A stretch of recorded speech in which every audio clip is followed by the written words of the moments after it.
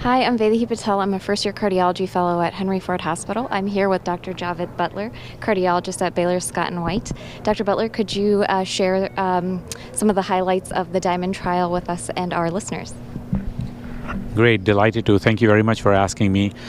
So DIAMOND trial, we know that patients with heart failure and reduced ejection fraction, they have a class 1 recommendation for multiple RAS inhibitor therapy, including either ACE, ARB, or ARNI, plus an MRA. They are associated with reduced mortality or hospitalization risk, but these patients are at high risk of developing hyperkalemia because of aging, chronic kidney disease, diabetes, and all of these RAS inhibitors also cause hyperkalemia. So the clinicians run into a problem with a subsegment of patients with HFrEF with high potassiums, whether to compromise on RASI therapy and in the long run risk the development of worsening heart failure, or optimize therapy but then take the risk of hyperkalemia and its consequences as well. So most of the time, first do no harm. Clinicians exchange an acute problem for a chronic problem by lowering or stopping RAS inhibitor therapy, especially MRAs. So what we decided to do in the DIAMOND trial was to use patiromer, a novel potassium binder, to see if we can simultaneously both control serum potassium levels and optimize RAS inhibitor therapy, and whether that is possible or not. So that was the premise of the trial.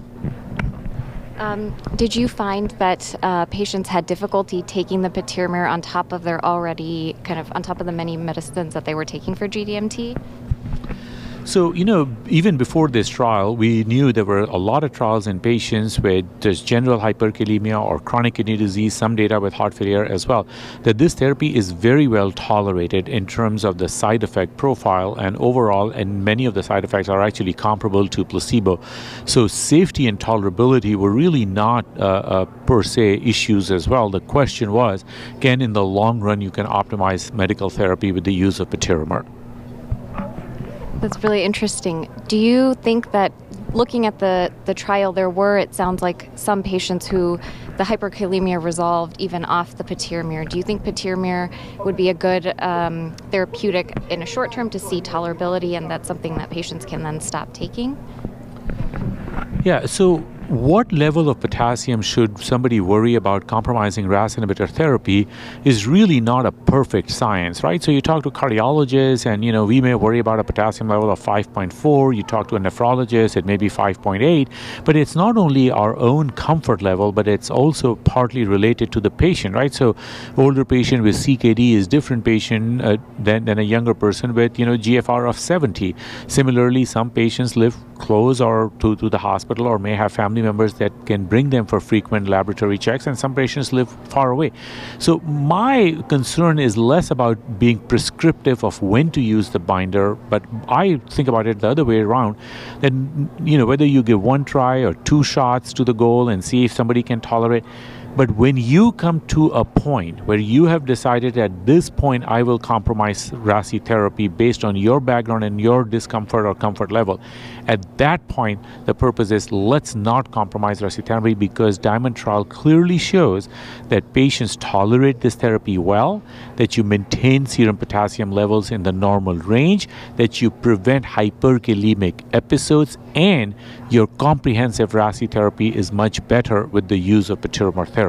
So rather than prescriptive of when to use, I would rather give a general guidance to the clinicians that if you are getting to a point that you will compromise RASI therapy, then in my mind at least, other than accessibility issues, hyperkalemia should today not be a reason to compromise RASI therapy. Wonderful, wonderful. Something aside from the trial, what advice do you have for future cardiologists interested in heart failure? Yeah. So, heart failure is sort of a rich field, both in terms of drugs and devices, but we are just basically scratching the surface, right? So heart failure is like really the culmination of ischemic heart disease, valvular heart disease, and then whole sorts of sort of niche diseases, genetic or gene expression that we are just beginning to understand. And even with all the robust therapies we have, the residual risk is huge. So I think we have our work cut out for the next 50 years. It's a very exciting field.